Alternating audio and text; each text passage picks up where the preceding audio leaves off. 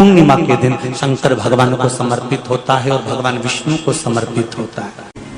बैसाख के महीने में एक पकवान बनता है शंकर जी का।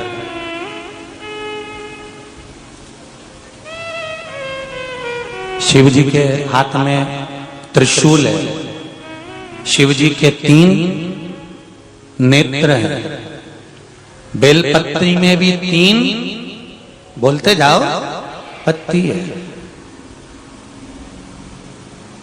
बैसाख के महीने में जो शंकर भगवान को प्रसाद का भोग लगता है उसमें भी 3 ही चीज मिलती है। सत्तू कोई दूसरे महीने में बनता है, जम के तो बोलो नहीं, कब बनता है? यही बैसाख के महीने में। चने की दाल, गेहूं और जौ, इन तीनों को गलाकर सेक कर जो सत्तू तैयार होता है, इसी बैसाख के महीने में परशुराम जयंती के दिन या अमावस्या के दिन या पूर्णिमा के दिन शंकर भगवान को समर्पित होता है और भगवान विष्णु को समर्पित होता है। दुनिया के लोग कहते क्या होता है सत्तू से?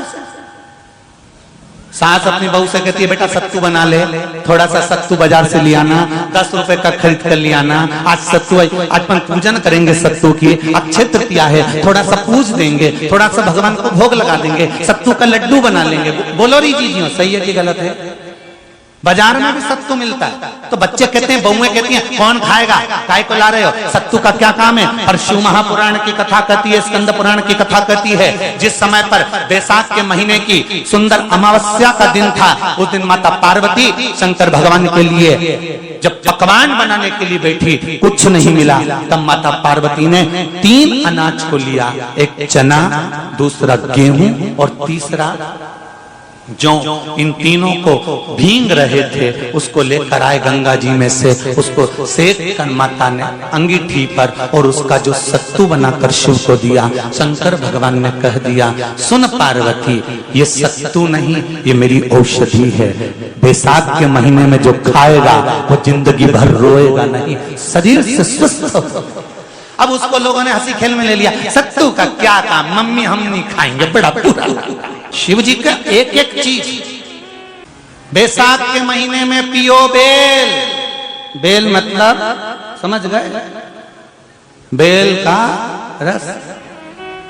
बैसाख के महीने में पियो बेल और शरीर को रखो ऑलिव बेल, शरीर बेकार नहीं होगा, शरीर बेकार नहीं हो सकता। अब शिव आराधना तो करो। हाँ, जिंदगी की मोड़ पर शंकर परीक्षा बहुत लेते हैं, बहुत परीक्षा। एक सुंदर संवाद आता है स्कंद पुराण, शायद आप लोगों ने सुना होगा, सुना हो तो भी सुन लो, नहीं सुना हो तो भी सुन लो। कांति नगर में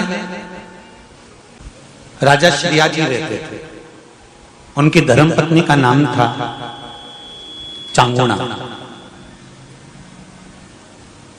क्या नाम है उनका? चांगुणा। चांगुणा शिव भक्ति में लीन रहती थी, उसे शंकर की भक्ति के सिवा कुछ सुहाता ही नहीं था, शिव आराधना के सिवा उसको कुछ भाता ही नहीं था। दिन भर शंकर की शरणागति करना, शिव का स्मरण करना, शिव भक्ति में डूबे रहना। शंभो शंकर कह रहे, माँ उमा से, माँ पार्वती से मेरा महेश कह रहा है, मेरा बाबा भोलेनाथ, मेरा बाबा विश्वनाथ, मेरा त्रिकालदर्शी कैलाशी अविनाशी कह रहा है कि हे पार्वती,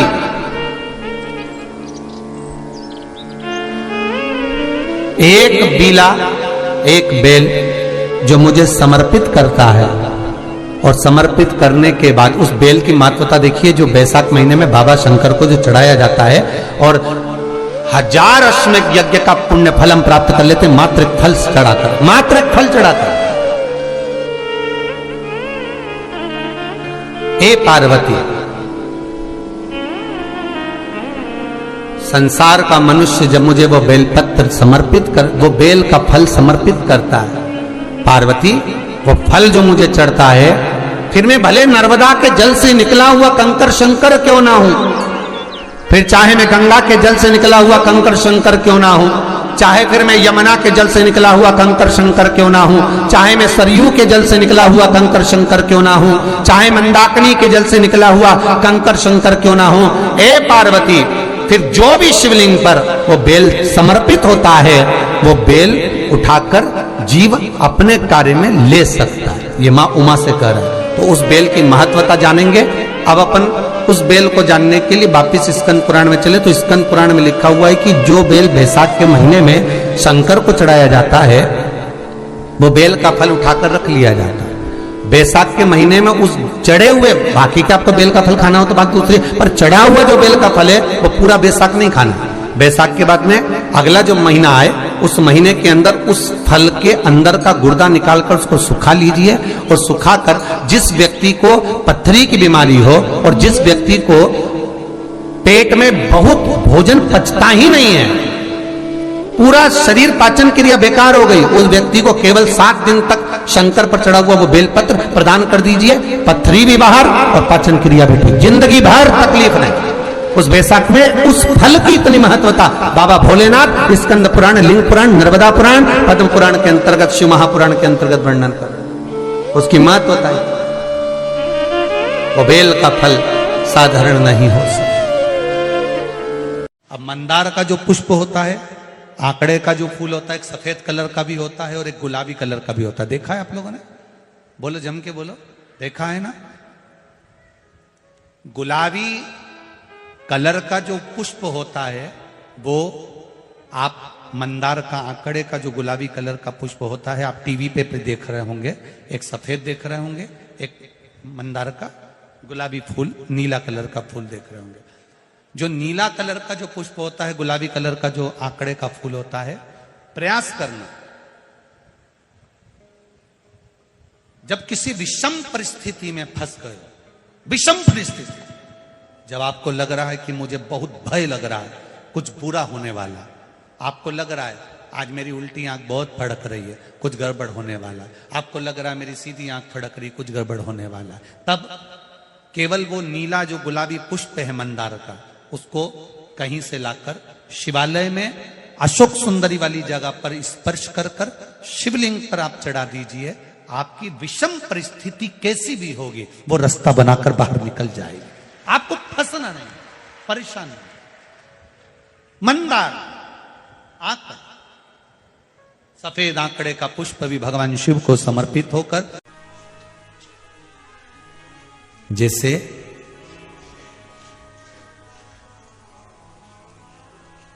बेले के फल का गुर्दा, बेल का जो फल होता है, बेलपत्री का फल, उसका जैसे गुर्दा, उसके अंदर का जो भाग होता है बेल का, वो गुर्दा,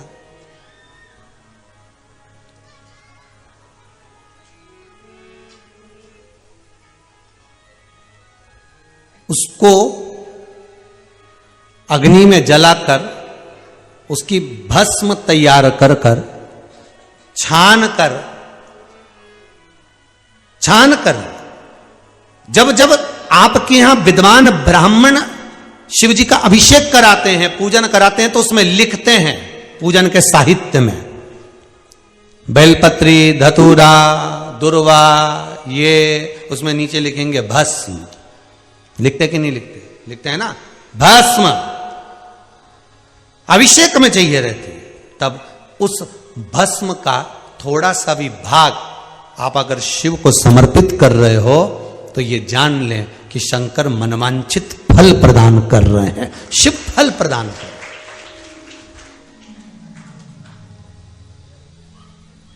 महाराज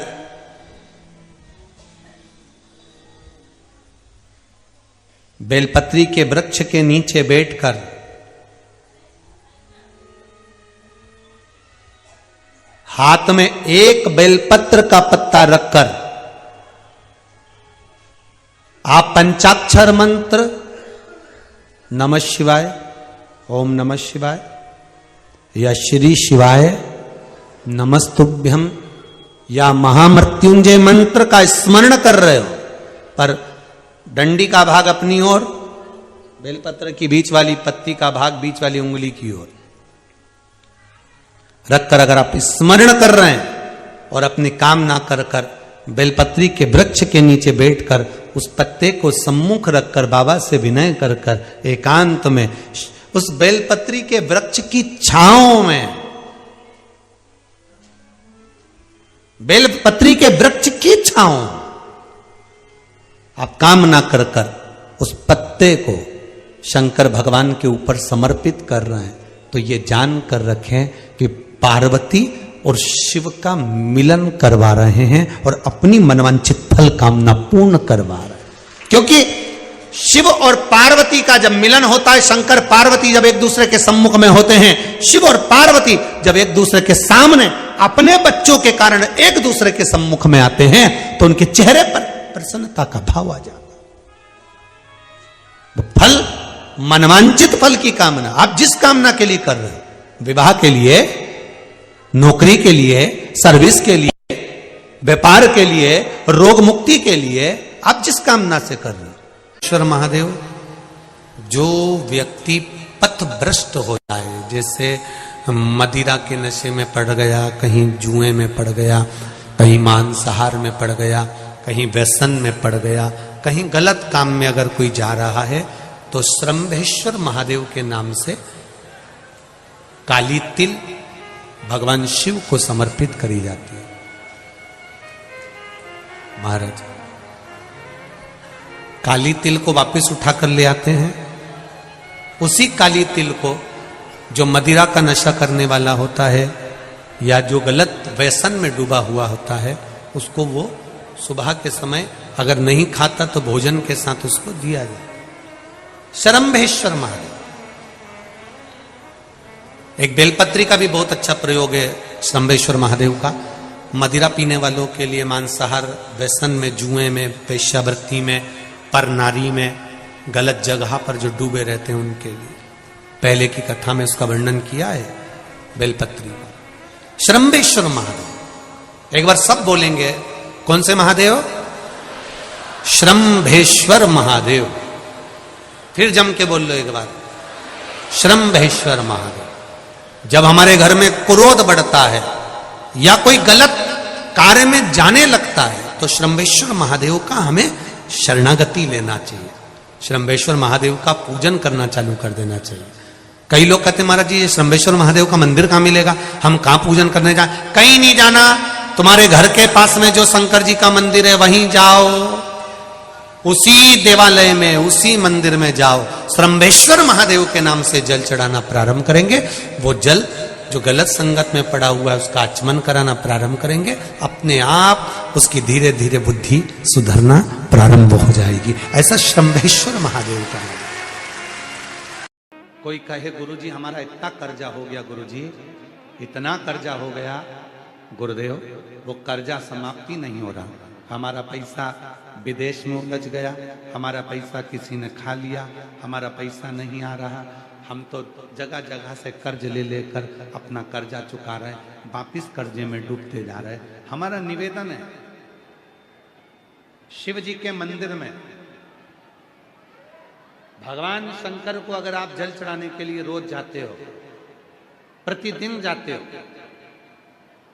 आप जब शिव जी को जल चढ़ाते हो तो आप जल चढ़ाने के बाद अपने हाथ की ये 3 रेखाएं, ये 3 उंगलियां, अपने हाथ की ये 3 उंगलियां 3 स्थान पर स्पर्श करो।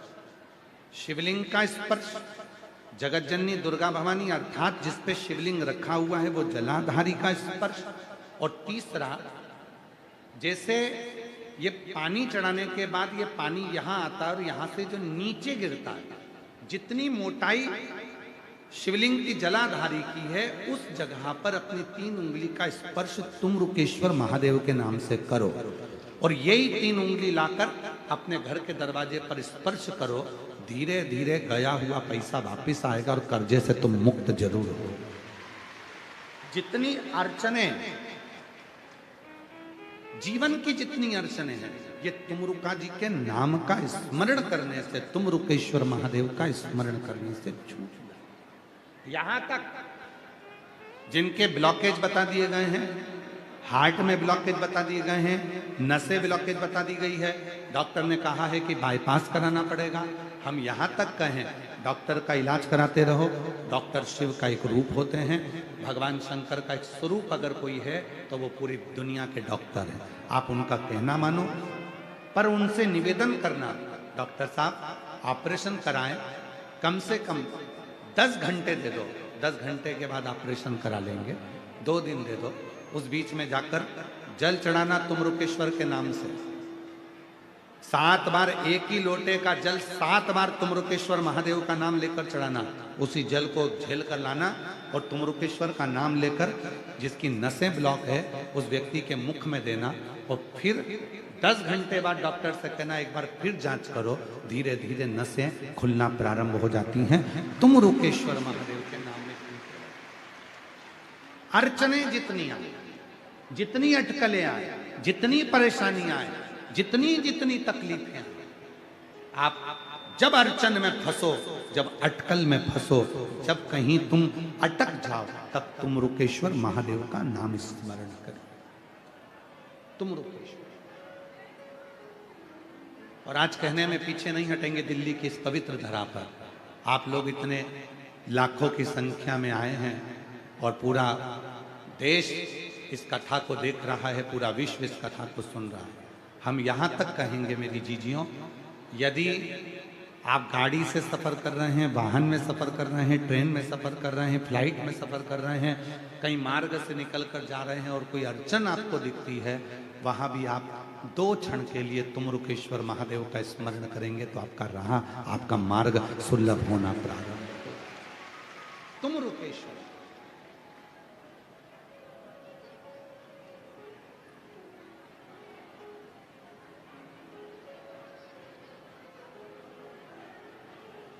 भोलेनाथ सुना दो ऐसी कथा जिसे सुनकर मैं भी अमर हूं। शिव महापुराण की प्रथम कथा का कोई वक्ता है?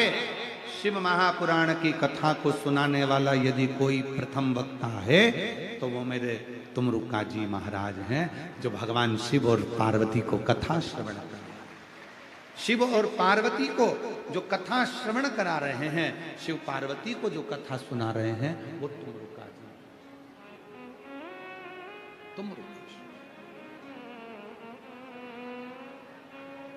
जिसे सुन कर मैं भी अमर हो लूं, जिसे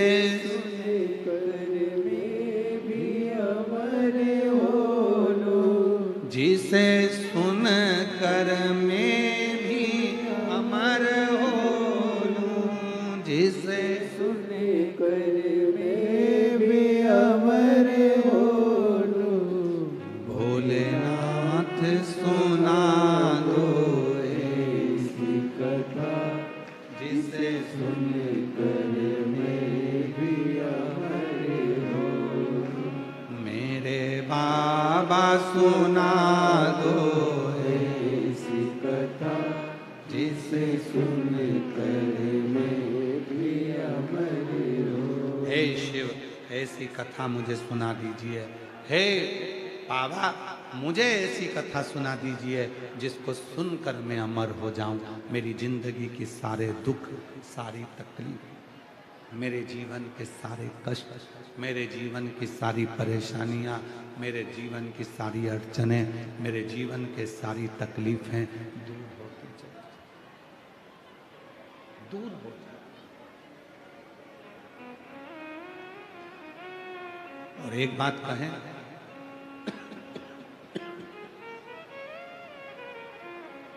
शिव महापुराण की ये जो व्यासपीठ है,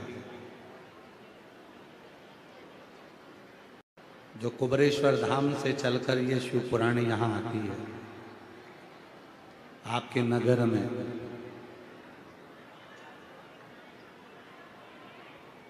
हमको ऐसा महसूस होता है कि ये व्यासपीठ, ये जो कथा की पीठ है, ऐसा लगता है कभी कभी ऐसा महसूस होता है कि स्वयं तुम रुका जी कथा का वाचन करते हैं और शंकर पार्वती कथा को श्रवण करते हैं।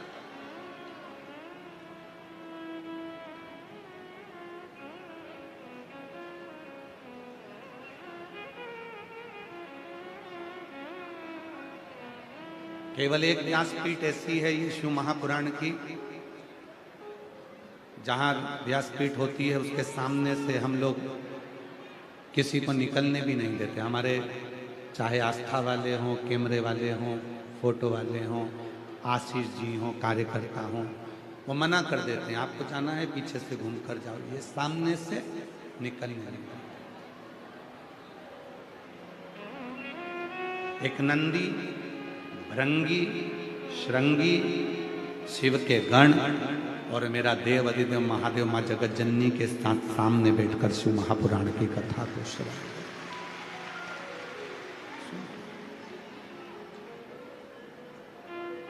आरती हो जाए उसके बाद भले तुम निकलो, कोई मना नहीं, पर जितनी देर कथा चले ऐसा लगे ये व्यासपीठ सबसे पहली शिव पुराण की कथा तुम रुका जी ने भगवान शंकर पार्वती जी को सुनाई।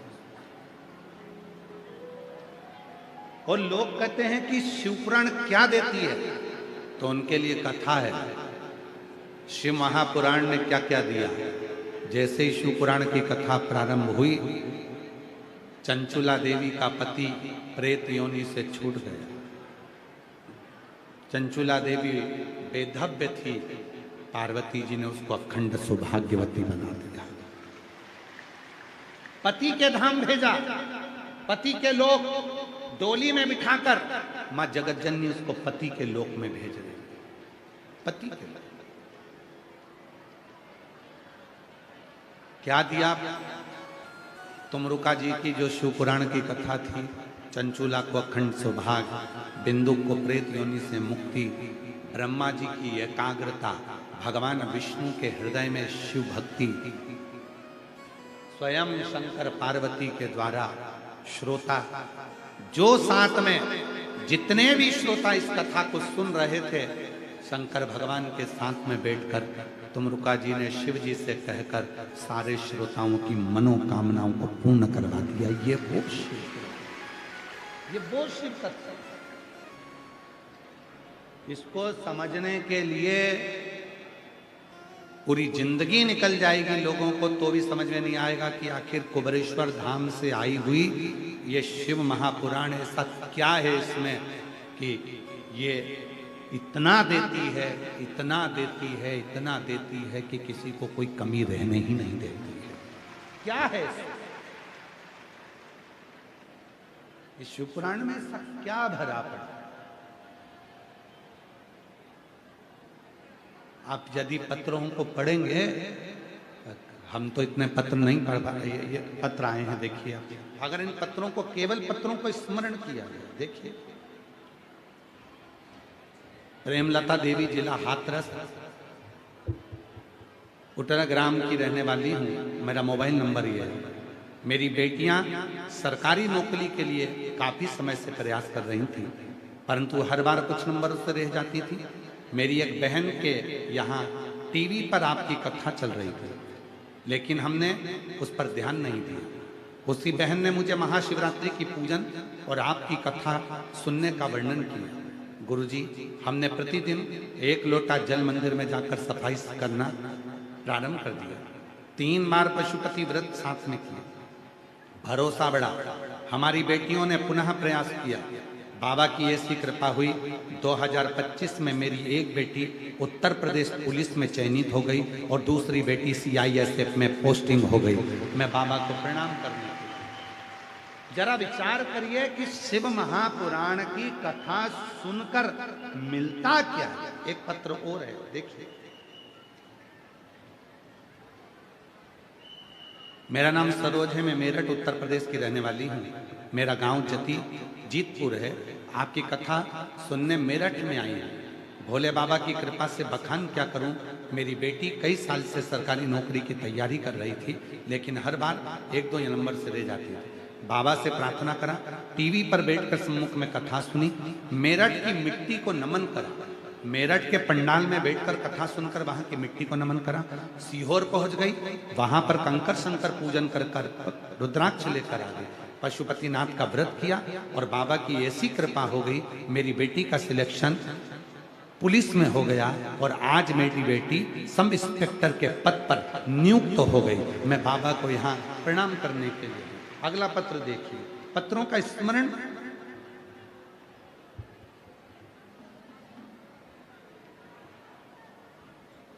मेरा नाम बसंती देवी है, मैं गया जी बिहार से आई हूँ। मेरा नाम बसंती देवी, मैं गया बिहार से आई हूँ। मेरा मोबाइल नंबर ये है। गुरुजी, इतनी मुश्किलों में जीवन निकला, बाबा की कृपा से शिव पर भरोसा करा, जल चढ़ाना प्रारंभ करा और शिव की कृपा ऐसी हुई कि बाबा की कृपा से मेरे बेटे का 2023 में केंद्रीय सचिवालय के सहायक अनुभाग अधिकारी के पद पर मेरे बेटे की नियुक्ति हो गई। मैं बाबा को यहाँ प्रणाम करने के लिए। एक शिव की अपार ये जो शिव का विश्वास जो है वो कोई साधारण नहीं है। आप इन पत्रों का दर्शन करिए, जिन शिव भक्तों ने पत्र भेजे उनका दर्शन करिए कि कितने हजारों की संख्या में पत्र आते हैं और कितने हजारों की संख्या में शिव भक्त कथा सुनते हैं और उनको मेरा बाबा दे देता है। और दिल्ली की कथा में यदि आप आज कथा श्रवण कर रहे हैं, हमें विश्वास है जो कथा हरियाणा के करनाल में है 17 से 23 मई में अधिक मास के महीने में, विश्वास के साथ कहता हूं कि दिल्ली के हजारों पत्र वहीं पर मिलेंगे कि मेरे बाबा ने मुझे यहां दिया, मेरे बाबा ने मुझे दिया, मेरे बाबा ने मुझे प्रदान किया। कितने पत्र आते हैं, कितना कितना पत्र एकत्रित होता है, कितनी लोगों की मन में भाव आ जाता है, कितना लोगों को बाबा दे देता है। हम तो पत्र नहीं पढ़ पाते इतने, हमें तो थोड़े बहुत पत्र। आप दर्शन करो पत्रों का, इनके दर्शन से भी लाभ मिलता है कि बाबा ने इतने लोगों पर कृपा करी है तो मुझ पर भी कृपा जरूर करेंगे। आप दर्शन करिए पत्र।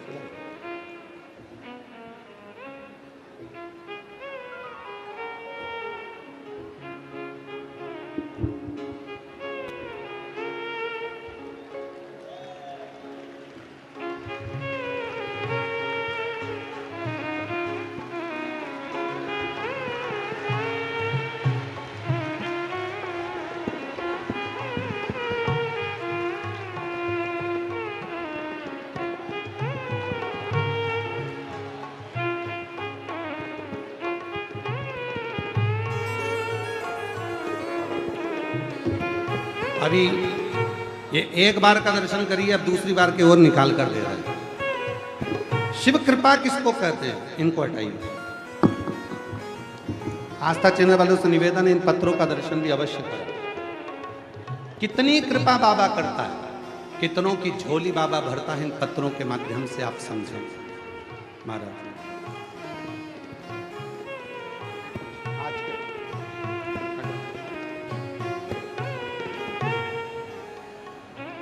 अब अगले पत्रों का दर्शन करिए।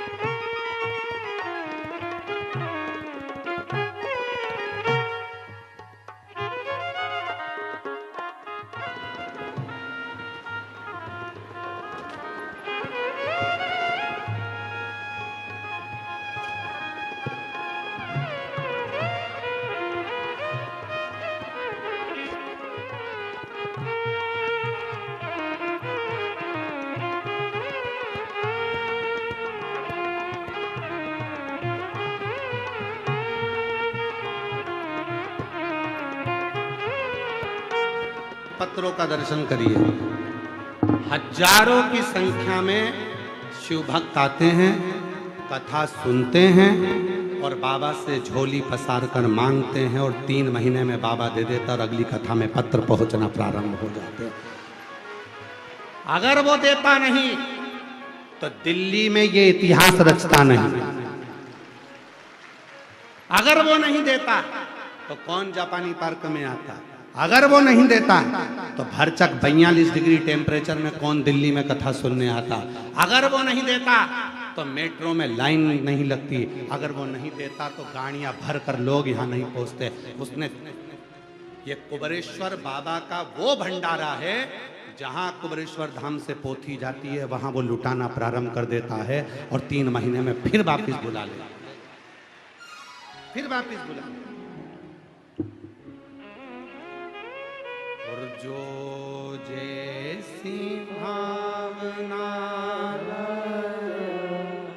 वो वैसा ही फल पाया, नहीं खाली उसे लौटाया, वो मन ही मन हर्षाया और कर दिया माला माल काशी वाले ने, लुटा दिया भंडार काशी वाले ने। और आज एक बात और कहना चाहेंगे आप लोगों को, हमें उम्मीद है कि तुमको बहुत ज्यादा काली मिर्ची लगेगी हमारी बात से, पर कहे बिगर नहीं जाऊंगा दिल्ली से। कथा सुनना पर वीआईपी पास लेकर नहीं, जैसे ये भक्त खड़े होकर सुन रहे हैं वैसे प्रेम से सुन। 1500 रुपए देकर अगर कथा सुनोगे तो तुम्हारा पत्र पूरी जिंदगी में कभी व्यासपीठ पर नहीं आएगा। इस व्यासपीठ को बेचना मत ही कभी जिंदगी में। यह व्यासपीठ बेचने का विषय नहीं, इसमें दिल से आना और इतना लेकर जाना कि अगली बार तुम बाबा से कहो कि मुझे तूने दिया है तो अगली कथा मैं कराऊंगी, मुझे करोड़पति बना दे। विश्वास, भरोसा, दृढ़ता के साथ। यहां आडंबर और दिखावे के लिए मत आओ, भीड़ बढ़ाने बिल्कुल मत आओ। जिनको भीड़ का शौक है आप वहां जाओ। यहाँ भीड़ बढ़ाने की कथा नहीं है, यह केवल भाव बढ़ाने की कथा है। यहाँ आने के बाद आप 10 लोगों के सामने छाती ठोक कर कह सको कि मैंने कथा सुनी थी और मेरे बाबा ने मुझे छप्पर फाड़ कर दिया, तो समझो कि कथा था। भीड़ बढ़ाने मत आना, यहाँ भीड़ का काम ही नहीं है। आप तो भाव बढ़ाओ। शिव के मंदिर में जाकर 1 लोटा जल चढ़ाओ। सीहोर वाले महाराज के पास में मिलने भी मत आओ और सीहोर वाले महाराज से मतलब भी मत रखो। आप तो शिव से मतलब रखो। शंकर का 1 लोटा जल और शिव महापुराण की कथा जो तुम रुका जी बाँचते हैं वो मेरी जिंदगी का सुख प्रदान करेगी, वही मेरी छोड़। उसके वो शिव देगा। किसी के सामर्थ्यता नहीं है कि दे दे, किसी की सामर्थ्यता नहीं है। जो देगा मेरा शिव देगा। जब भगवान कृष्ण के घर में 16,108 रानियां और औलाद नहीं हुई, तब गर्गाचार्य बाबा ने कहा कि तुम एक काम करो कृष्ण, तुम्हारी 16,108 रानियां हैं और उनके बच्चे नहीं हैं, तो तुम शिव का अभिषेक करो। 11 दिन तक एक रानी ने शंकर भगवान का अभिषेक करा और 1,77,186 भगवान कृष्ण के बच्चे हुए। ये शिव की कृपा से। शिव की आराधना, शिव की साधना, शिव की भक्ति, शिव का तप।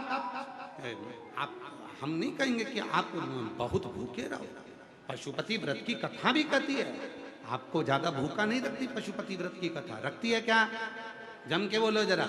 पशुपति व्रत की कथा कहती है सुबह जाकर मंदिर में पूजन करो, पूजा की थाली को लाकर रख दो, भले सुबह फलहार करो, कुछ भी करो तुम्हारी मर्जी, पर शाम के समय पर आप जो प्रसाद लेकर गए हो उसका एक हिस्सा लेकर आना है और वो एक हिस्सा भोजन करने के पहले तुमको खाना है। मतलब भोजन करना है पशुपति व्रत में। पूरा पूरा समय भूखा नहीं रहना, क्योंकि बाप अपनी बेटी को कभी भूखा नहीं देख सकता, इसलिए वो आपको प्रसन्न देखना चाहता। व्रत करो, उस व्रत में आप खुश रहो, कथा सुनो, उसमें आपकी प्रसन्नता रखो, मेरे बाबा के प्रति भाव रखो, इतना प्रेम रखो मेरे शंकर से, तुम्हें ऐसा लगे कि शिव महापुराण की कथा सियोर वाला बाबा सुनाने के लिए नहीं आया है, तुमरुका जी स्वयं कुबरेश्वर धाम से कथा कहने के लिए आए और मैं शिव पार्वती के रूप में शिव। आप शंकर हो, जितने मेरे जीजा बेटे हैं सब शिव हैं, जितनी मेरी जीजियां बैठी हैं सब पार्वती हैं, और जितने मेरे बच्चे बेटे हैं आप सब गणेश, अशोक सुंदरी, कार्तिकेय, रिद्धि, सिद्धि, जया, विषहरा, सामरी बारी, दौतली देव, शंकर भगवान की 6 लड़कियां, भगवान शंकर के पुत्र जैसे तुम हो, उस भाव से कथा श्रवण करो। जितने बुजुर्ग कथा सुने वो ये सोच कर सुने कि मैं ब्रह्मा और ब्रह्माणी हूँ, जितने युवान बहन भाई कथा सुने वो ये मानकर सुने कि हम स्वयं विष्णु लक्ष्मी के रूप में कथा सुन रहे हैं, क्योंकि यह कथा शिव की कथा है, ये कोई साधारण कथा नहीं है। भागवत कथा होती है तो उसके यजमान राजा परीक्षित हुए हैं, रामचरितमानस की कथा हुई तो यजमान स्वयं काशी नरेश हुए हैं। केवल शिव महापुराण की कथा एक ऐसी होती है जिसके यजमान कोई राजा नहीं बना, जिसका यजमान स्वयं देव अधिदेव महादेव और माता पार्वती ईश्वर और गोरा बनकर विराजमान। इसका यजमान कोई साधारण व्यक्ति नहीं बना, ये यजमान बनकर बैठे हुए हैं यहाँ पर श्री राजकुमार जी राठौर जी, श्रीमती पूनम राठौर जी, श्री राजेंद्र शुक्ला जी, श्रीमती सोनम शुक्ला जी, कविता दुबे जी, श्री प्रदीप बंसल जी, ये लोग यजमान बनकर बैठे हैं। जब जब ये यहाँ पर आते हैं स्टेज पर, हम इनके मुख को कम देखते हैं, हम इनके चरण को ज्यादा देखते हैं कि 7 दिन मेरा भोले बाबा इनके स्वरूप में कथा श्रवण कर रहा है और इनके माध्यम से यजमान पद ग्रहण कर रहा है। हम इनका मुख नहीं देखते, जितने भी यजमान आते हैं और मालूम पड़ जाए कि ये यजमान है तो हम उनका चरण देखते हैं। इन पर शिव ने कितनी कृपा करी है जो इनको यजमान बनाकर बिठा, शंकर ने कितनी कृपा करी कि भगवान शिव इनके रूप में आकर कथा का यजमान बनकर बैठ गए, क्योंकि शिव महापुराण का यजमान संसार का मनुष्य नहीं बन सकता। हम कई बार कहे, जितने लोग रुद्राक्ष महोत्सव में यजमान बनते हैं, जितने लोग गुरु पूर्णिमा महोत्सव पे शिव महापुराण के यजमान बनते हैं सीहोर में, हम उनको भी कहते हैं कि तुम साधारण नहीं हो, तुम्हारे माता पिता जरूर कोई पुण्याई करे होंगे जो शिव और पार्वती के रूप में आप विराजमान, कोई साधारण नहीं है। एक एक जितने व्यवस्था में लगे, मैं पूरी दिल्ली के जितना पुलिस फोर्स लगा है, दिल्ली के कमिश्नर महोदय हों, एसपी हों, आईजी हों, डीआईजी हों, एसपी, एसएसपी, जितने भी हैं, एसडीएम, तहसीलदार, यहाँ के पटवारी आदि आदि, यहाँ का विद्युत विभाग, चिकित्सा विभाग और यहाँ के जो विभाग हैं, जिनने धूप में खड़े होकर इन पुलिस फोर्स को देखिए, जिनका कोई तुमसे लालच नहीं, धूप में खड़े हैं और धूप में खड़े होकर तुम्हें संभालने का प्रयास कर रहे हैं। एक एक यहाँ के कलेक्टर हो, यहाँ का अधिकारी हो, एक एक बच्चा बच्चा सेवा में लगा है। भोजनशाला में ना जाने कितने कार्यकर्ता कार्य कर रहे होंगे, यहाँ कितने कार्यकर्ता, मेरी जीजियाँ यहाँ खड़ी होकर चेन बनाकर तुमको इधर बैठ जाओ, उधर बैठ जाओ। इनको देखो, इन बेटियों को, इन कार्यकर्ताओं को देखो जो तुम्हारी सेवा में लगे हुए हैं। कोई कोई खड़े होकर पंखा चला रहा है तुम्हारे लिए, कोई कोई पानी लेकर आ रहा है तुम्हारे लिए। अरे मेरी जीजियों, ये कोई दूसरा नहीं कर सकता, इन कार्यकर्ताओं के रूप में स्वयं मेरा महादेव आता है और कर जाता है। एक एक बेटी कार्यकर्ता के रूप में काम कर रही है, एक एक बच्चा कार्यकर्ता के रूप में काम कर रहा है, और वो कार्यकर्ता सामने नहीं आते, स्टेज पे नहीं चढ़ते, दिखावा नहीं करते, अपने भाव से बस भगवान की कथा कैसे भी हो जाए, बाबा 7 दिन कैसे भी हो जाए।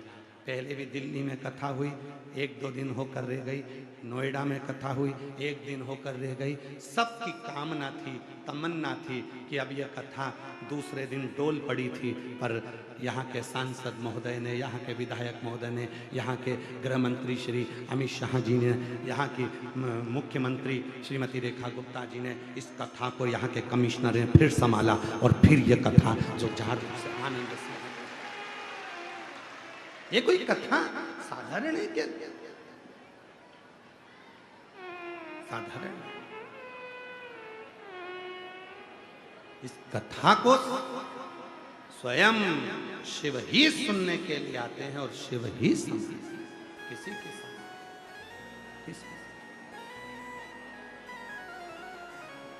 कौन समझे, कौन करे।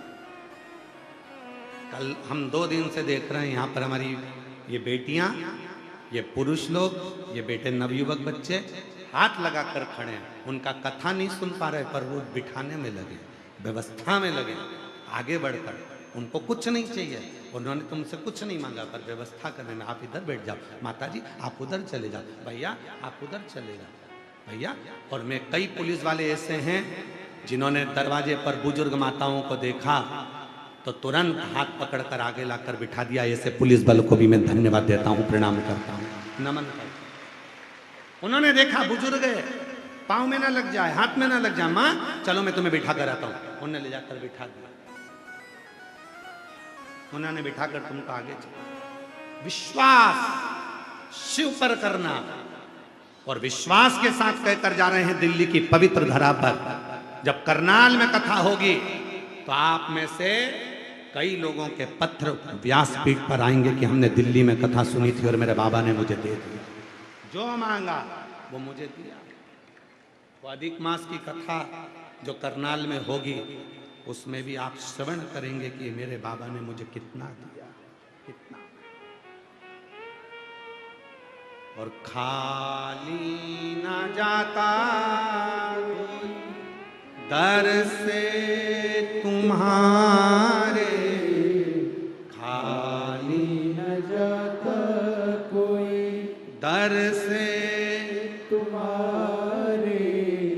मैं भी खड़ी हूँ डंडी बाहें पसार, अपने हृदय से लगा लो, लगा लो। गिरा जा रहा हूँ, उठा लो, उठा लो। भोले अपने दर से अब तो ना टालो, गिरी जा रही हूँ, उठा लो, उठा लो। दो शिव के भक्त एक आम के पेड़ के नीचे बैठा है, एक इमली के पेड़ के नीचे बैठा है, वो भी भगवान को भज रहा है, ये भी भगवान को भज रहा है। दोनों तप कर रहे हैं, दोनों साधना कर रहे हैं। शिव मिले कैसे, शिव कैसे मिले? दोनों तप कर। तुमरुका जी का आगमन, तुमरुका जी का आगमन, और तुमरुका जी आए, तुमरुका जी का आगमन।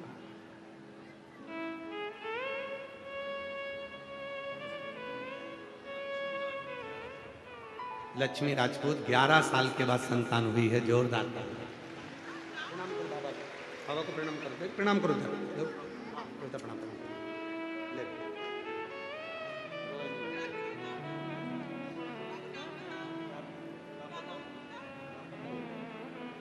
कार्तिक नाम रखा है बच्चे का, एक बार जोरदार ताली बजाकर।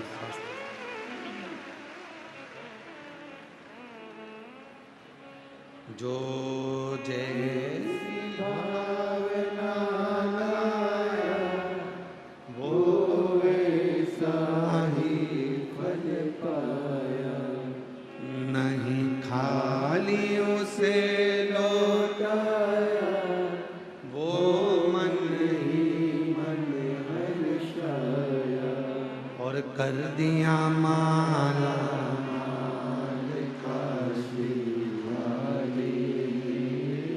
लुटा दिया भंडार काशी वाले, ओ लुटा दिया भंडार काशी वाले, कर दिया माला माल काशी वाले।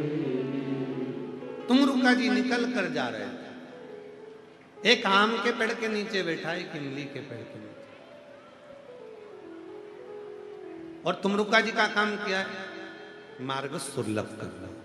अटका हुआ कोई काम है, तुमरुकेश्वर महादेव का नाम लेते से वो काम सुलझ जाता है। तुम रुकेश्वर महादेव।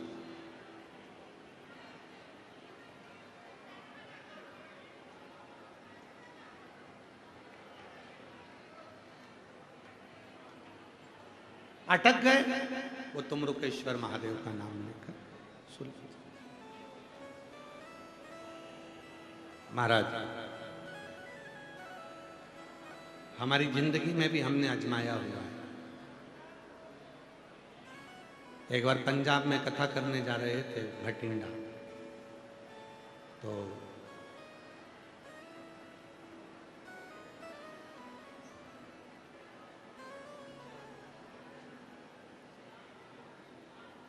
यहीं ये दिल्ली के पहले मथुरा और दिल्ली के बीच में हमारी गाड़ी खराब हो गई। अब हमारी इतनी पहचान तो किसी से है नहीं कि हम किसी को बोलें कि भैया कोई दिल्ली का हो, कोई कहीं का हो, कि भाई आओ और व्यवस्था करो।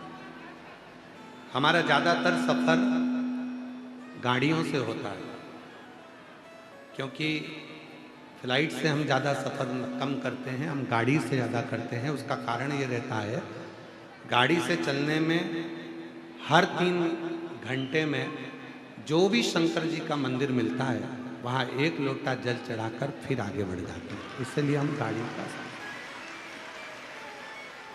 हम यहाँ से निकलने के बाद में 3 घंटे पर जो भी शिवालय मिल जाएगा, रोड के किनारे पर जो भी शंकर जी का ओटला मंदिर कोई मिल जाता है, वहाँ जल चढ़ा देते हैं। 3 घंटे पे नहीं मिलता तो कहीं से मिट्टी को इकट्ठा कर कर वहीं शिवलिंग बनाकर पूजन कर कर फिर आगे बढ़ जाते हैं। इसलिए फ्लाइट का सफ़र थोड़ा कम करते हैं और गाड़ी का सफ़र ज़्यादा करते हैं। शिव पूजन में मन को मथुरा से दिल्ली के बीच में गाड़ी हो गई गड़बड़। अब आशीष बोले, गुरुजी भटिंडा पहुंचना है, गाड़ी तो गड़बड़ हो गई। हमने कहा तुम रुकेश्वर का नाम लो, बाबा कहीं ना कहीं तो मार्ग बनाएगा। दूसरे को बोलते हो तो स्वयं भी स्मरण करो। तुम रुकेश्वर बाबा का जैसे ही नाम लिया, स्मरण लिया, 15-20 मिनट तक इंतजार किया और तुम रुकेश्वर बाबा ने ऐसी कृपा करी कि हमने बाबा की कृपा से ये यहाँ कथा करी थी नोएडा में, तो वो पानी के कारण बंद हो गई। वो क्या नाम था उनका जो कथा करवाए थे,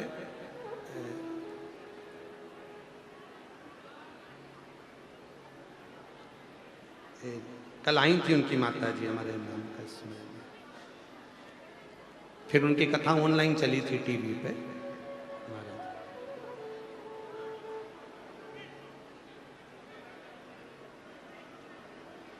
अभी वो अध्यक्ष गुड़गांव में, हाँ गुड़गांव में कथा करी, तो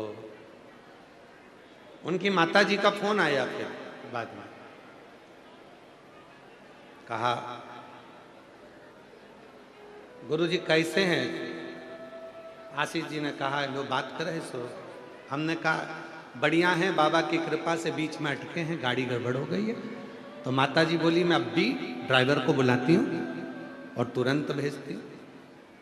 तुरंत गुड़गांव से गाड़ी गई, गाड़ी उन्होंने भेजी, फिर भटिंडा तक छुड़वाया। मतलब शिव महापुराण की कथा जो कहती है, जिन जिन शिव का नाम हम इस व्यासपीठ के माध्यम से आप लोगों को वर्णन किए, उस नाम का यदि स्मरण दिल से कर लिया तो वो नाम आपको, आपकी अटकलों को, आपकी उलझनों को हटाकर आपकी मंजिल तक जरूर पहुंचाता है, जरूर।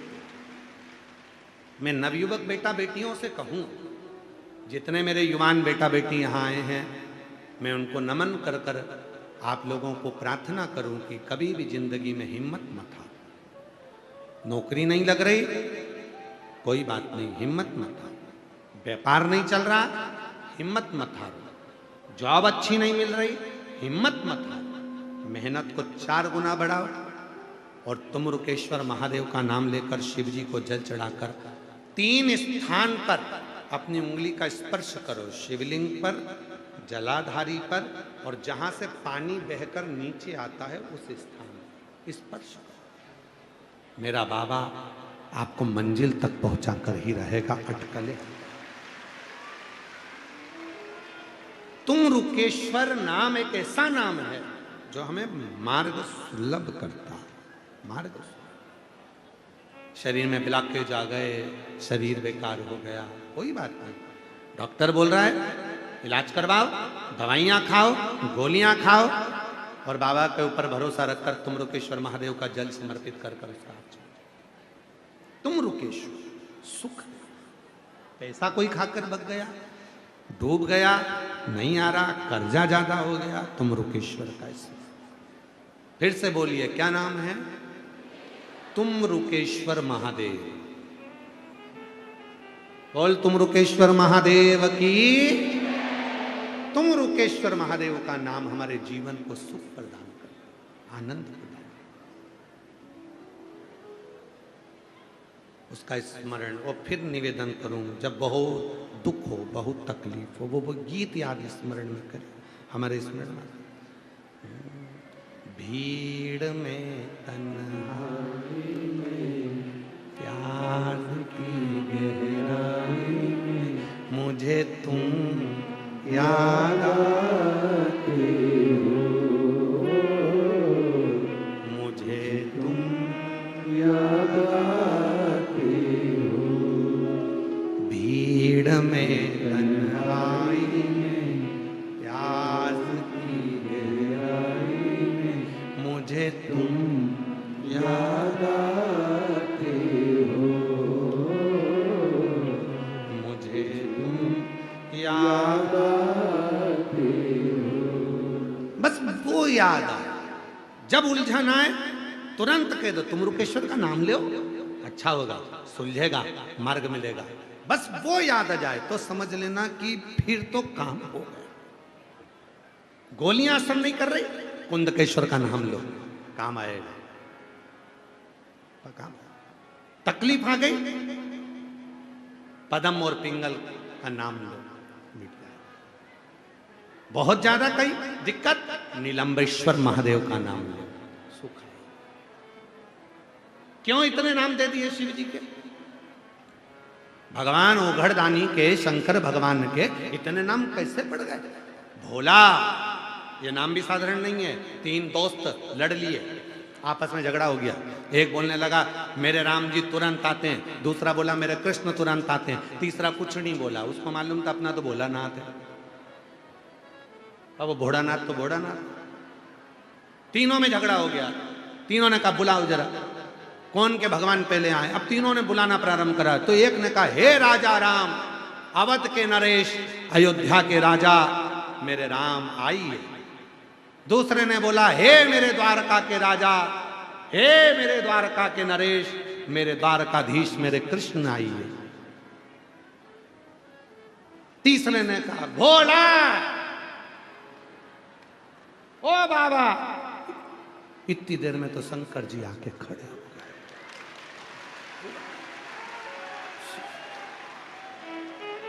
शाम शिव जी दर्शन देकर चले गए। थोड़ी देर बाद राम जी आए। राम जी ने कहा क्या बात है बेटा? वो बोलने लगा प्रभु हमने तो तुमको इतनी देर से बुलाया, तुम तो आ रहे हो। भगवान बोले तूने क्या कहा? राजा राम आइए। अब राजा आता है तो कोई ऐसे ही आता है क्या? थोड़ा ठाठ से आएगा, घोड़ा बग्गी लेकर आएगा, ठाठ बाट से आएगा, सारी सेना लगाना पड़ेगी, पूरी व्यवस्था करना पड़ेगी, तब तो राजा आता है। तो मेरे को आने में टाइम तो लगेगा। तो फिर भगवान कृष्ण आए, प्रभु आप इतनी लेट आए। तो भगवान ने कैसे कहा? तो वो बोला प्रभु तुम इतनी लेट आ रहे हो। भगवान बोले तूने कहा द्वारिका के राजा। अब जब राजा आएगा तो थोड़ी ठाट बाट से आएगा, राजा की भी कोई पोजीशन होती कि नहीं होती, तो उस हिसाब से आएगा। तो शंकर जी इतनी जल्दी कैसे आ गए? तो क्या वो तो एकदम फ्री, एकदम फ्री, बस बुलाओ और दौड़ कर आ जाए, एकदम बुलाओ।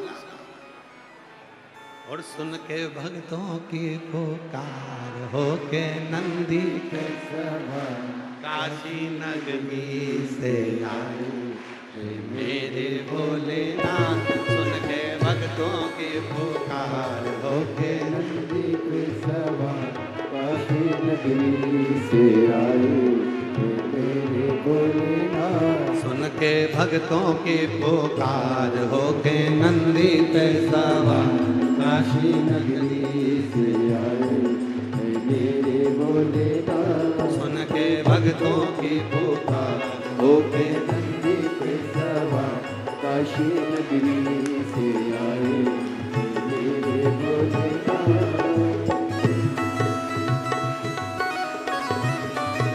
राधे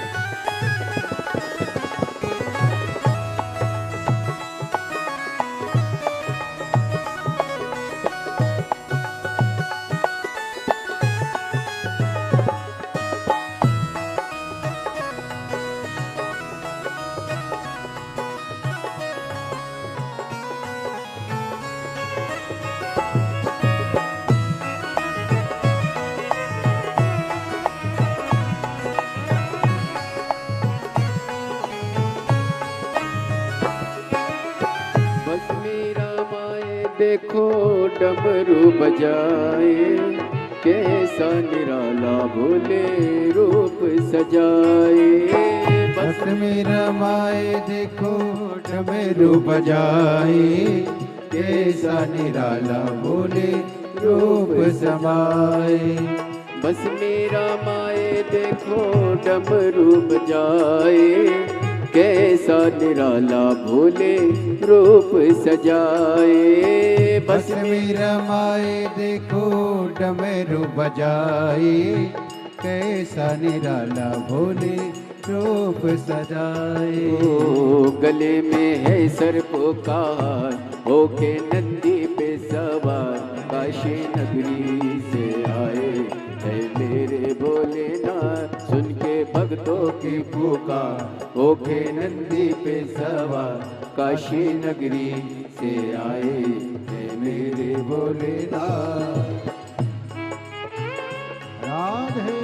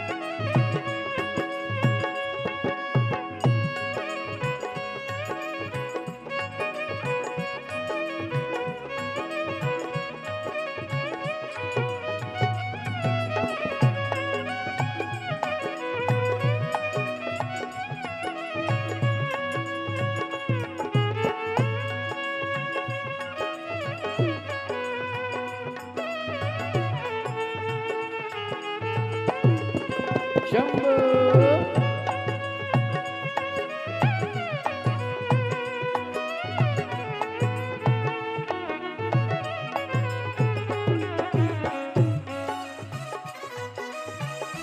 राधे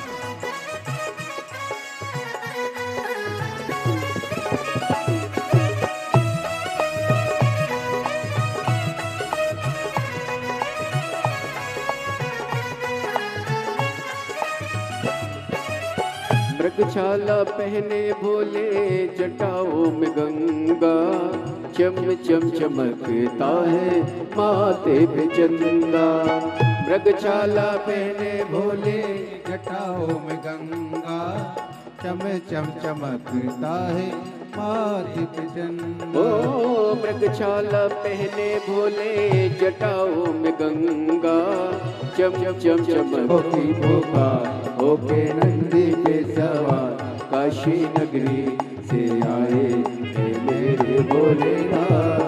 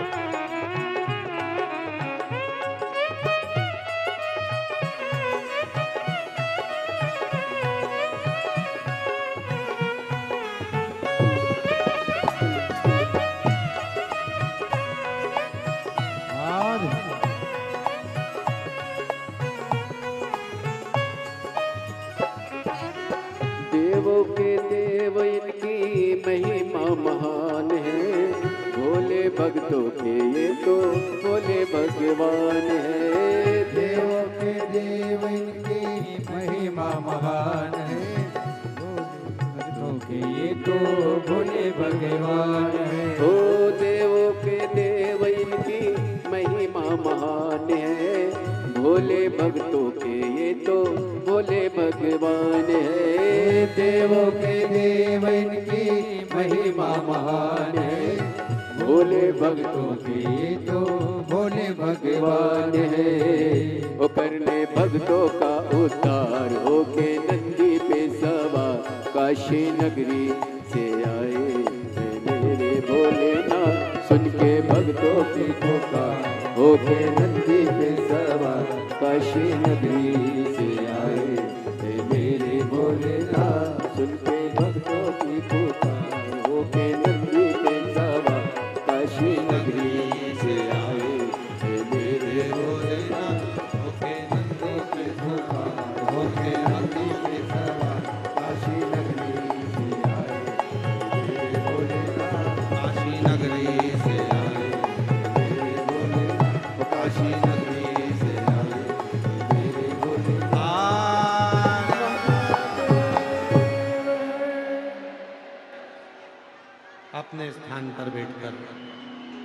बाबा देव अधिनम महादेव से अपने मन का भाव कहिए, दिल से प्रार्थना करें, विनय करें, निवेदन करें। जहाँ जगह मिले वहाँ बैठकर बाबा को अपने मन का भाव करें। आज कथा का विराम दिवस है।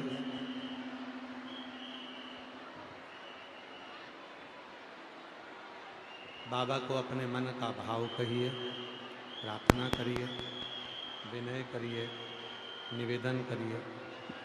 बाबा को अपनी विनय सुनाइए, निवेदन। जहाँ जगह मिले, जहाँ जगह मिले वहाँ बैठकर बाबा को मन का भाव। ये कथा आज दिल्ली में रोहिणी सेक्टर 10 में जो चल रही है वो विराम की ओर है। कुछ देर में कथा का विराम हो जाएगा। यही कथा अगली 5 मई से 11 मई रांची, झारखंड, फुटबॉल ग्राउंड सुकुर हुटू कानकेत, रांची में शिव महापुराण की कथा, शिव महापुराण की कथा प्रारंभ होगी 1 बजे से 4 बजे तक। 5 मई से 11 मई तक रांची, झारखंड में कथा रहेगी। उसके बाद में 17 मई से 23 मई तक अधिक मास के पवित्र अवसर पर करनाल, हरियाणा में शिव महापुराण की कथा रही। आप सब इन पवित्र कथाओं का लाभ लेंगे और अपने जीवन को सार्थक बनाएं। साथ में प्रार्थना करेंगे, जहाँ जगह मिले वहाँ बैठकर बाबा को अपने मन का भाव कहेंगे, विनय करेंगे, निवेदन करेंगे। हृदय से बाबा को, मन से बाबा को अपने मन का भाव कहें, प्रार्थना करें, विनय करें।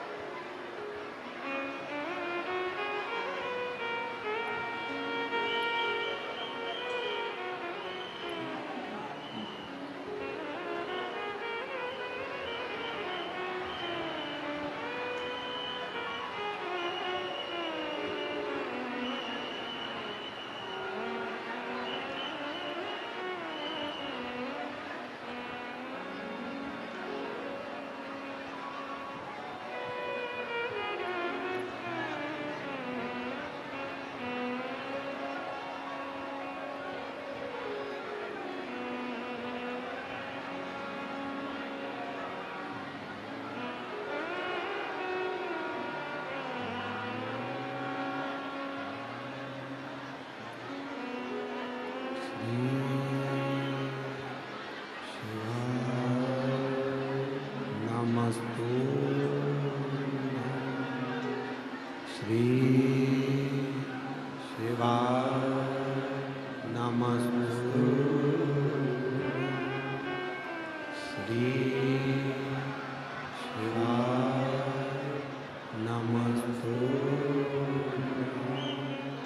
श्री शिवाय नमस्तु। श्री शिवाय नमस्तु।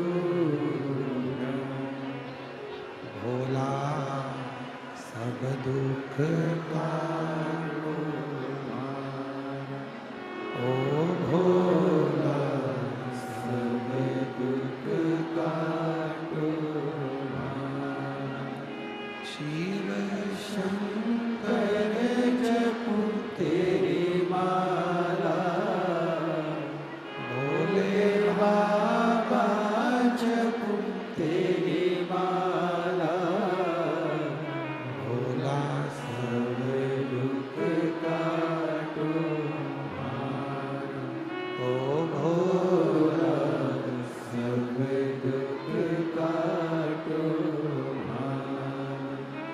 वेश है मंगलकारी,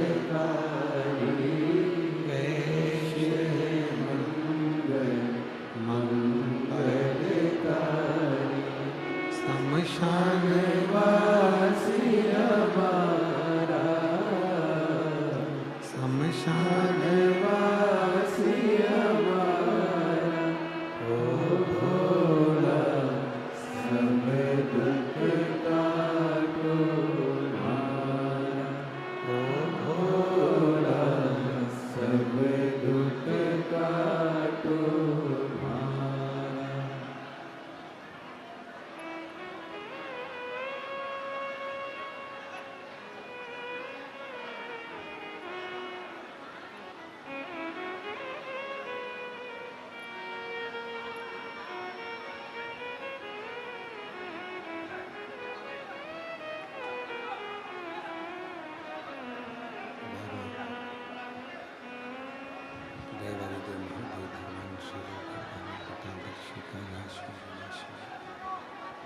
भगवान शिव की पवित्र कथा कर रहे हैं, शिव महापुराण की कथा वर्णन कर रहे हैं, शिव तत्व कर रहे हैं, शंकर जी की पवित्र पावन कथा कर रहे हैं, शिव पुराण वर्णन कर रहे हैं, शिव तत्व कर रहे हैं। एक भक्त आम के पेड़ के नीचे बैठकर तप कर रहा है, दूसरा भक्त इमली के वृक्ष के नीचे बैठकर तप कर रहा है। दोनों लगे और वहीं से श्री तुमरुका जी का निकलना होता है, वहीं से तुमरुका जी का निकलना होता है। तुमरुका जी निकलते हैं और तुमरुका जी वहाँ से ग्रहण करते हैं। तुमरुका जी ने जगह के वृक्ष के इमली के वृक्ष के तुमरुका जी का निकलना हुआ और तुमरुका जी आम के वृक्ष के नीचे बैठे हुए उस शिव भक्त को देखते पहुंचे भगवान तुमरुका जी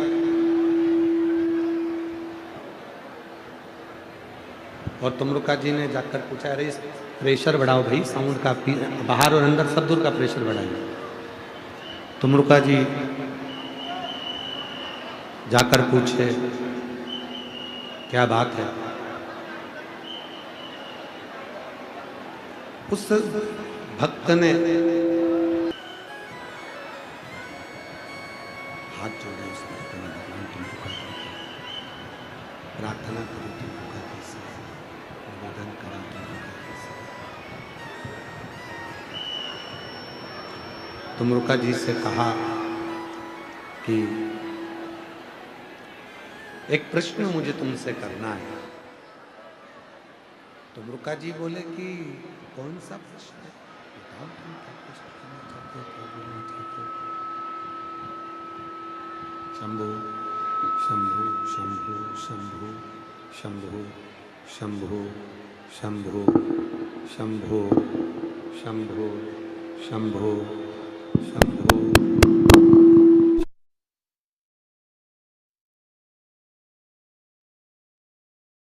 शंभु शंभु शंभु शंभु शंभु शंभु।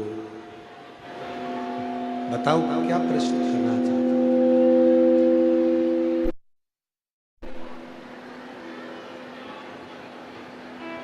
आम के वृक्ष के नीचे बैठा हुआ वो व्यक्ति, जो आम के वृक्ष के नीचे बैठा हुआ, आम के वृक्ष के नीचे बैठा हुआ वो व्यक्ति तुमरुका जी से प्रश्न कर रहा, तुमरुका जी से विनय कर रहा, निवेदन कर रहा, तुमरुका जी मेरे मन में एक संशय है। आप तो हमेशा तुमरुका जी शिव की भक्ति करते हो, शिव की उपासना करते हो, शिव का भजन करते हो, शिव का स्मरण करते हो, मेरा एक निवेदन, क्या तुमरुका जी आप स्वीकार करेंगे? तुमरुका जी ने कहा, बोलिए क्या निवेदन है? क्या बोलिए? शंभो शंभो शंभो शंभो। और आधे बोले साउंड सेट कर लेना, आगे करके आवाज ही ना आ रही है उसमें। शंभो शंभो शंभो शंभो। तुमरुका जी, मेरे मन में एक प्रश्न है, और मेरा प्रश्न ये है कि हम शिव जी की भक्ति कर रहे हैं, हम भगवान शंकर की साधना कर रहे हैं, हम शिव का स्मरण कर रहे हैं, हम शिव भक्ति में रहे, भगवान शंकर की साधना में लगे हुए। हमें अब शिव को प्राप्त करना है, भगवान शंकर को प्राप्त करना है, तो कितनी देर? शंकर को प्राप्त करना है तो हमको और कितना समय? शिव के कितने जप तप कितने करना पड़ेंगे जो भगवान शंकर हमको प्राप्त हो जाए? भगवान शंकर हमको कितने और तप करना पड़ेगा? हमें और कितना जप करना पड़ेगा, कितना और तप करना पड़ेगा जो भगवान शिव हमको मिल जाए, भगवान शंकर हमको प्राप्त हो जाए, भगवान शिव हमें मिल जाए? कहा, तुमरुका जी ने कहा कि तुम आम के पेड़ के नीचे बैठ के तप कर रहे हो, तो इस आम के पेड़ में जितने आम लगे हैं उतना तप और कर लो, तुम्हें शिव की प्राप्ति हो जाएगी, भगवान शंकर की प्राप्ति, शिव तत्व की प्राप्ति हो, भगवान शंकर तुमको मिल जाए, भगवान शिव तुमको प्राप्त हो। उस व्यक्ति ने विचार करा कि मैं इतने समय से तप कर रहा हूँ, इतने समय से मैं तप धारण कर रहा हूँ, मैं इतने समय से तप कर रहा हूँ, और अभी तप बाकी रह गया। जो ये आम के जितने पेड़ हैं, आम के पेड़ में जितने आम लगे हुए हैं, इन आम जितना और मुझे भी तप करना पड़ेगा। उसने विचार करा, भैया मेरे तो बस का अब नहीं, अब तुम उड़ जाओ। और वो जो आम के पेड़ के नीचे बैठकर तप कर रहा था, जो आम के पेड़ के नीचे बैठकर साधना कर रहा था, जो आम के पेड़ के नीचे बैठकर भजन कर रहा था, वो उठकर चल गया। अब दूसरा था इमली के पेड़ के नीचे बैठकर एक तप कर रहा। उसने भी तुमरुका जी से पूछा, तुमरुका जी आप हमें बताएं कि अभी मुझे शिव को मिलने में और कितनी देरी लगेगी? तुमरुका जी ने कहा, इस इमली के वृक्ष में जितनी पत्तियां हैं, उन पत्तियों को गिन लो और उतना तप तुम और करो, तब जाकर तुम्हें शिव मिले,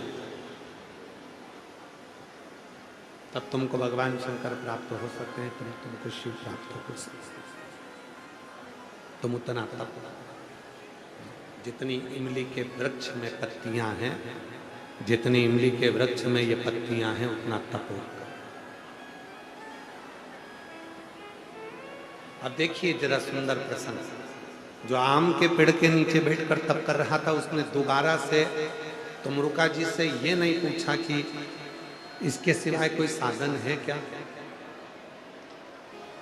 पर इमली के वृक्ष के नीचे बैठकर जो तप कर रहा था, इमली के वृक्ष के नीचे बैठकर जो साधना कर रहा था, तप कर रहा था, उसने फिर वापिस तुमरुका जी से पूछा, फिर पुनः तुमरुका जी से पूछा कि तुमरुका जी,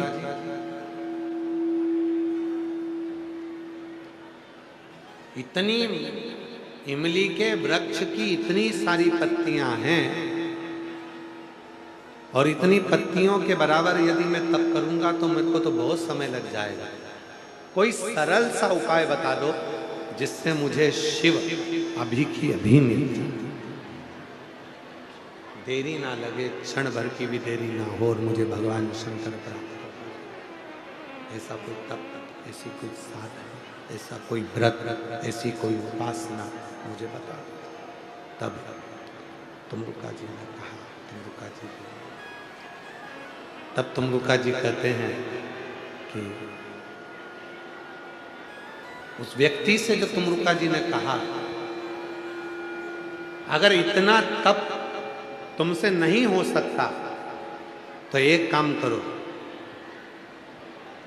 अभी की अभी पार्थिव शिवलिंग का निर्माण करो और उस पर जल चढ़ाना प्रारंभ करो, फिर तुम्हें इतना इमली के पत्ते गिन गिन कर तप करने की जरूरत नहीं पड़ेगी। अभी की अभी शिव तुम पर कृपा करने के लिए प्रकट हो, भगवान शंकर तुम पर कृपा करने के लिए प्रकट हो बस। और मेरी जीजी हो, मेरे जीजा हो, मेरी बेटी हो, मेरा बेटा हो, मेरे बुजुर्ग माँ बाप, याद रखना अपने भीतर एक बात को उतार कर रखिएगा कि यदि शिव को पाना है, भगवान शंकर का स्मरण करना है, शिव भक्ति करना है और शिव को यदि पाना है, भगवान शंकर को यदि पाना है, तो शिव को पाने के लिए, भगवान शंकर को पाने के लिए महीने में, 2 महीने में, 3 महीने में, 4 महीने में, 6 महीने में पार्थिव शिवलिंग का पूजन करते रहना चाहिए। अपने मन की निर्मलता को, अपने मन की सुखता को, अपने मन के आनंद को शिव तत्व की प्राप्ति में लगाते रहे, भगवान शंकर की प्राप्ति में लगाते रहे। ये मन, ये चित्त, ये वृत्ति, ये 2 तरफा चलती है। यहाँ जितने भी बैठे हैं और जितने आस्था चैनल पर कथा सुन रहे हैं, जितने भी आस्था चैनल पर कथा को श्रवण कर रहे हैं और जितने यहाँ बैठकर कथा को सुन रहे हैं, ऐसा कोई संसार में नहीं जन्मा जिसके 2 मन की वृत्ति ना, 2 मन ना। एक सुमति की ओर मन जाता है और दूसरा सुरुचि की ओर मन जाता है। गला पकड़ रहा है भाई, साउंड बहुत तेज, थोड़ा आवाज क्लियर करो, ये चोंगे जैसी आवाज आ रही है, इसको बंद कर कर कोई आवाज में मिठास डालिए। पहले ठीक चल रहा था भजन, के बाद तुमने गड़बड़ कर दिया।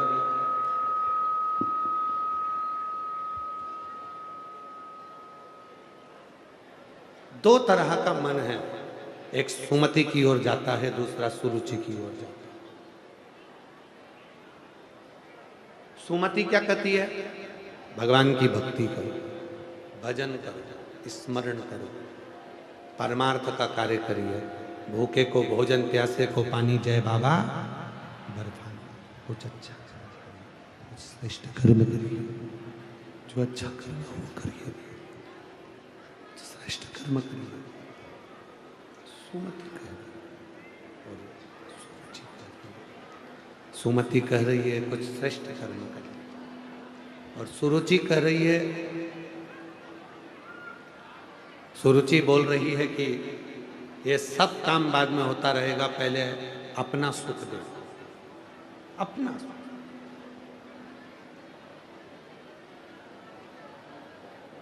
अन्नपूर्णा लक्ष्मी किसके घर में ज्यादा टिकती है? तो कहा 2 तरह की स्त्री होती है, 2 तरह की नारी होती है। एक नारी वो होती है जो भोजन बनाती है, सबको खिलाती है, खुश हो जाती है, सबने पेट भरकर खा लिया, बाद में जो उसको मिला उसने पा लिया। और दूसरी वो होती है, सबको खिलाने से पहले आम का रस बनाएगी तो पहले अपने लिए निकाल कर रख देगी, खीर बनाएगी तो पहले अपने लिए निकाल कर रख देगी, सामान बनाएगी तो पहले अपने लिए निकाल कर रख देगी। सब खा जाएंगे, मैं तो रह ही जाऊंगी, तो मेरा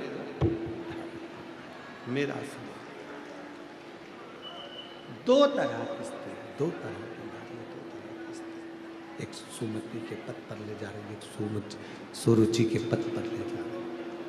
2 स्त्री, 2 तरह की नारी, 2 तरह की नारी है, 2 तरह की स्त्री। एक सुमति के पद पर लेकर जा रही है, एक सुरुचि के पद पर लेकर जा रही है, जो अपने लिए सोच रही है, केवल अपना सुख देखा जा रहा है, अपना सुख सामने आना चाहिए, बाकी के सुख से कोई मतलब नहीं, बाकी के सुख से उसको कोई मतलब नहीं। स्वयं का सुख देख, स्वयं का सुख देख रहे हैं बस स्वयं। और ऐसे कई लोग हैं संसार में, ऐसा नहीं कि संसार में है नहीं, संसार में बहुत सारे ऐसे लोग हैं जो स्वतः स्वयं का सुख देखते हैं, स्वयं का सुख देखकर ही खुश रहते हैं। मेरा सुख है, मेरे बेटे को बस दूध मिल जाए मलाई का, मेरे बेटे को गाड़ी गाड़ी खीर मिल जाए, मेरे बेटे को मिल जाए, ऐसा होता है। शिव महापुराण में हमने पहले भी कहा, दो बात स्मरण में रखना, अगर नरक नहीं जाना चाहते हो तो याद रखना कि नरक से बचने के लिए अगर प्रसाद बांटने के लिए खड़े हुए हो, प्रसाद का वितरण कर रहे हो, प्रसाद बांट रहे हो, तो एक बात का स्मरण करिएगा, अपना आए चाहे पराया आए, आपके बांटने का साइज उतना ही होना चाहिए जितना तू दूसरों को दे रहा था, उतना ही तेरे घर के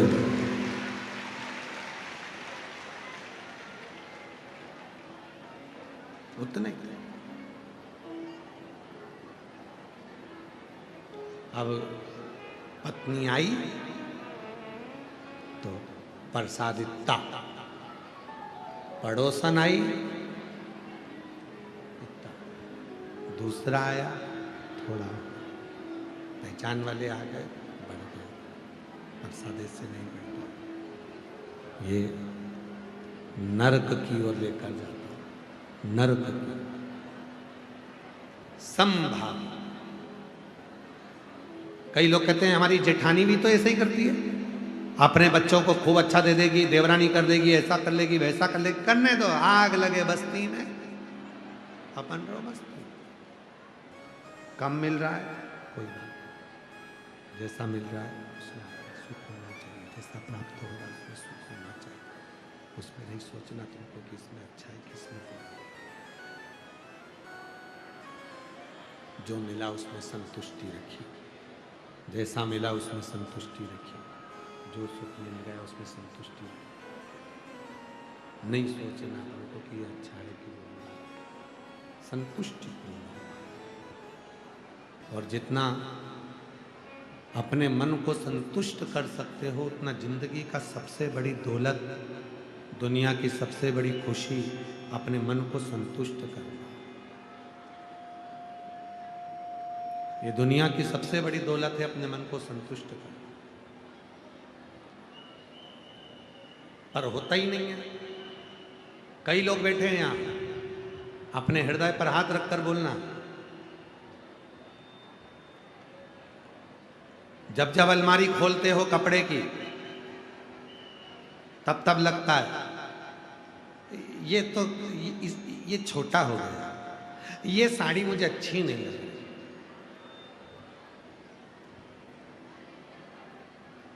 पुरुष लोग कहते हैं ये मेरा टी शर्ट छोटा हो गया, ये मेरा शर्ट का जेब फट गया, इसको नहीं पहनूंगा, ये अच्छा नहीं,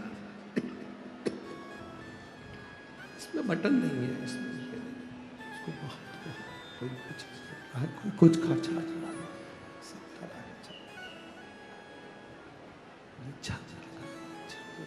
बेकार है, ये अच्छा है।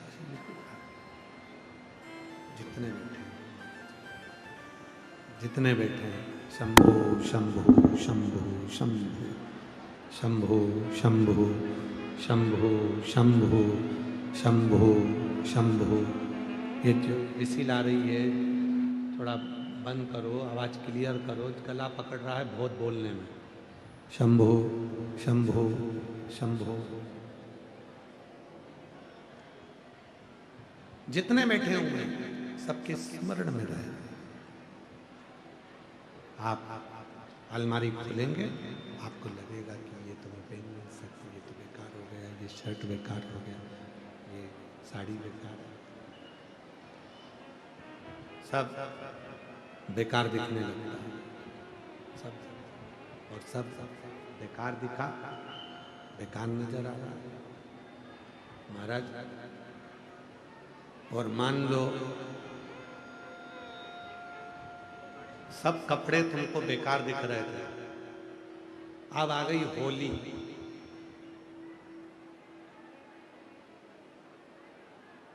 रंग खेलना है, होली खेलना है, और जैसे ही तुमने अलमारी खोली, अलमारी खोलते से तुमने सोचा कौन सी पहनूं, जो उठाते हो कपड़ा वही अच्छा लगने लगता है। ये वाला शर्ट तो अभी नया है, इसको नहीं पहनूंगा, ये टी शर्ट तो अभी नहीं है, ये जीन्स तो अभी इतने दिन से सब पुरानी दिख रही थी, इतने दिन से सब बेकार दिख रही थी। और जैसे ही होली आई और तुमने कपड़े निकाले रंग खेलने के लिए, होली खेलने के लिए, तो तुम्हें सब अच्छे लगने लगे, सब अच्छे लगे। और अब कोई कपड़ा तुम्हें बुरा नहीं लग रहा। होली पे सारे कपड़े तुम्हें अच्छे लगते हैं अलमारी, और जैसे ही दिवाली आती है तो सारे कपड़े बुरे लगने लगते हैं,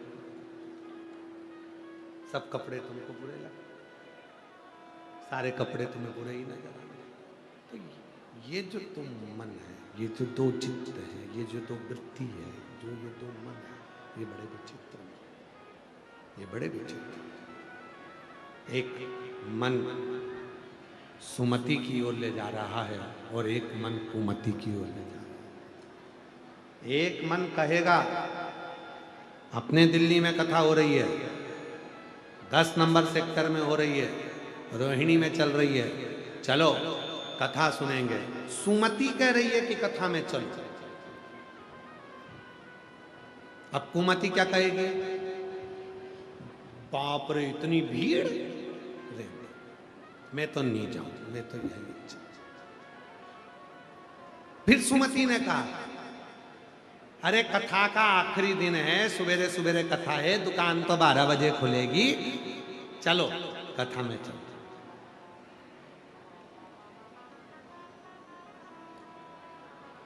आ रही थी, तैयार भी हो गई, चल दी। फिर मन में आया, धूप बहुत तेज है, गर्मी तेज है, मैं नीचे। सुमति लेकर जा रही थी, कुमति ने फिर मार्ग विभाजित किया। सुमति फिर लेकर चली, कुमति ने फिर मार्ग विभाजित किया। सुमति मंदिर तक लेकर जाती है, सुमति मंदिर में झाड़ू लगवा देती है, सुमति मंदिर में पोछा लगवा देती है, सुमति व्रत करवा देती है।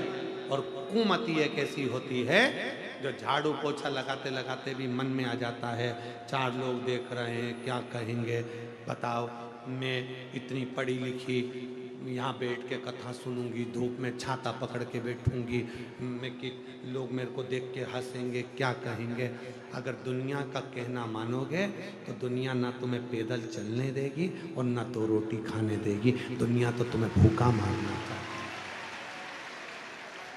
दुनिया की नहीं, दिल की मानो। दुनिया की मानोगे तो कभी सुखी नहीं रह पाओगे, दिल की मानोगे तो सुखी रह पाओगे।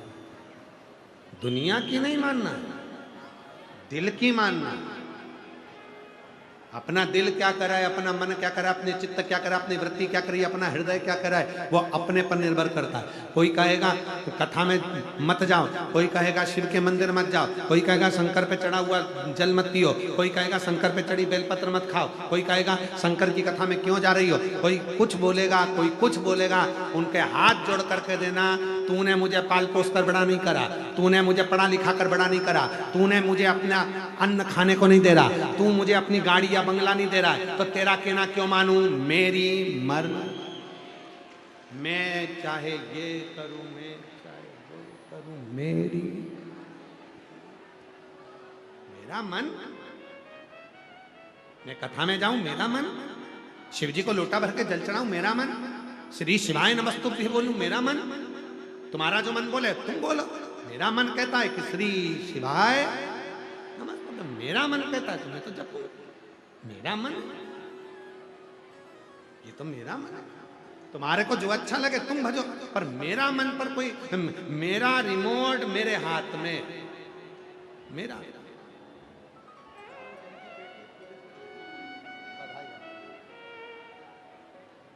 आपकी बेटी का सिलेक्शन पुलिस के उच्च पद पर हुआ है, एक बार जोरदार ताली बजाकर स्वागत करें।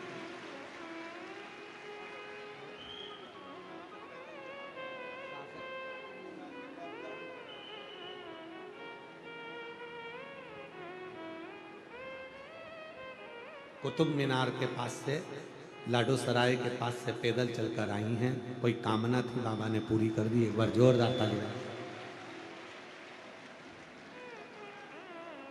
शिव तत्व कहता है,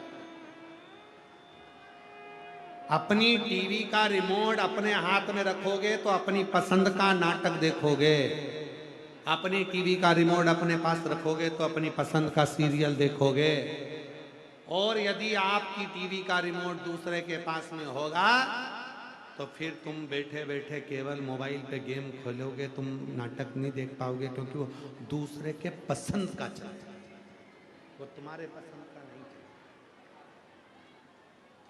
वो तुम्हारे पसंद का नहीं, दूसरे की पसंद का, दूसरे की पसंद का,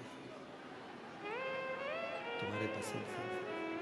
इसलिए अपना रिमोट, अपना मन, अपना चित्त, अपना दिल, अपना हृदय, अपनी मर्जी, अपने भाव में।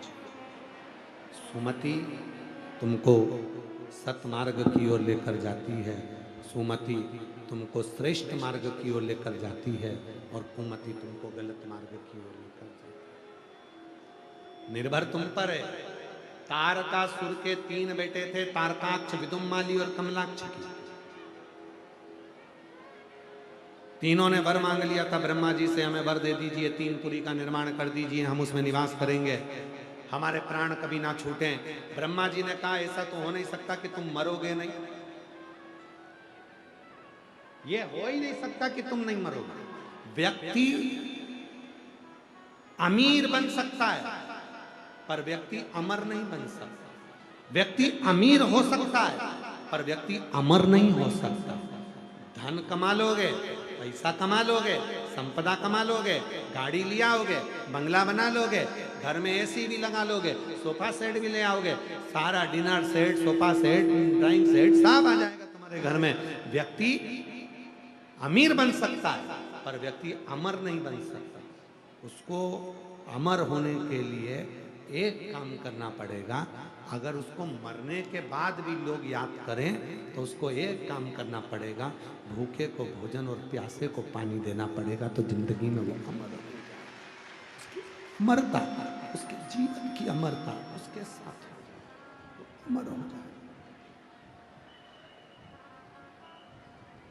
आप में से कई लोग हैं जिनको अमर होना है। अमर होने के लिए धन की जरूरत नहीं है, अमर होने के लिए संपदा की जरूरत नहीं है।